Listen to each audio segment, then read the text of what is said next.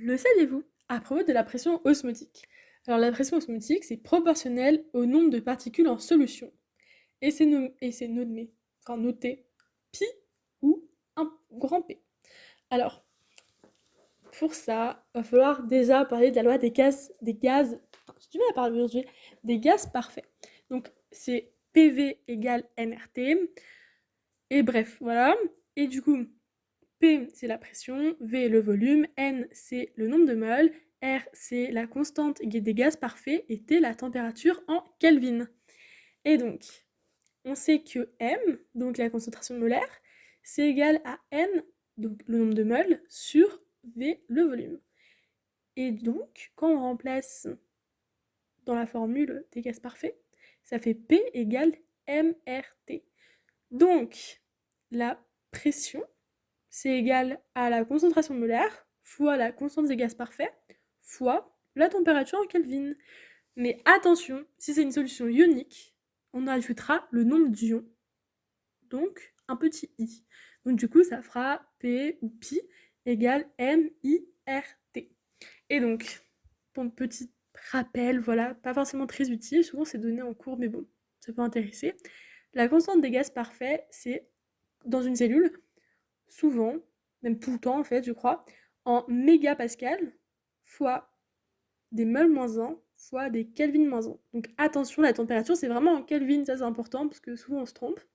Donc, j'ai donné 2 ou 3 exemples, on verra. Alors, pour le NaCl, faut pas confondre en fait avec l'unité de charge électrique, donc qui était en équivalent par litre. Là, on prenait le nombre de charges des ions. Alors que là, c'est le nombre d'ions. C'est pas les charges, c'est le nombre d'ions. Donc, dans NaCl, on a un ion Na+, et un ion Cl-. Et donc, du coup, I, c'est égal à 2. Donc, dans la formule, quand on remplace, ça fait P égale M. Donc, voilà, si on prend 1 mol par litre, ça fait 1 fois I, donc fois 2. Et puis R, T, voilà, après ça dépend de la température. Souvent, c'est à 20 degrés, donc si c'est à 20 degrés, on fait comment? On fait 273 plus 20. Donc 273, c'est la valeur, je sais pas comment on dit. Bon bref, c'est le truc de base en Kelvin. Et puis à chaque fois, on rajoute la température en degrés. Donc voilà. Bref. Donc un exemple pour le glucose. Donc en fait, pour le glucose, on n'aura pas de I dans la formule. Parce que le glucose, c'est pas un ion. Un ion. Donc voilà. Donc ça sera juste la formule de base. Et pour le CaCl2, attention, attention, il y a un ion de Ca2+, et 2 ions Cl-. Donc du coup, I, ça sera égal à 3.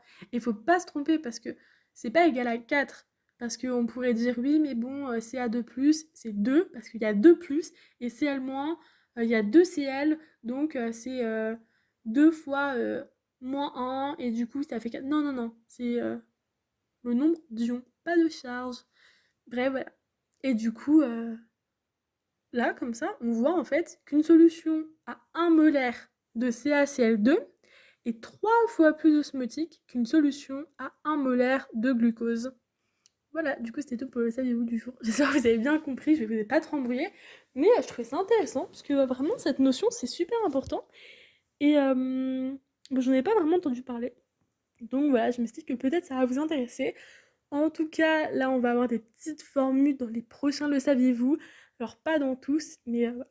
Accrochez-vous si vous aimez pas trop ça. Bon, au pire, vous pouvez les zapper. Mais vous pouvez aussi regarder, hein, ça me ferait plaisir. Hein. Bon, bah, du coup, à demain pour la notion de potentiel osmotique et pas de pression osmotique. Bref, bisous, à demain!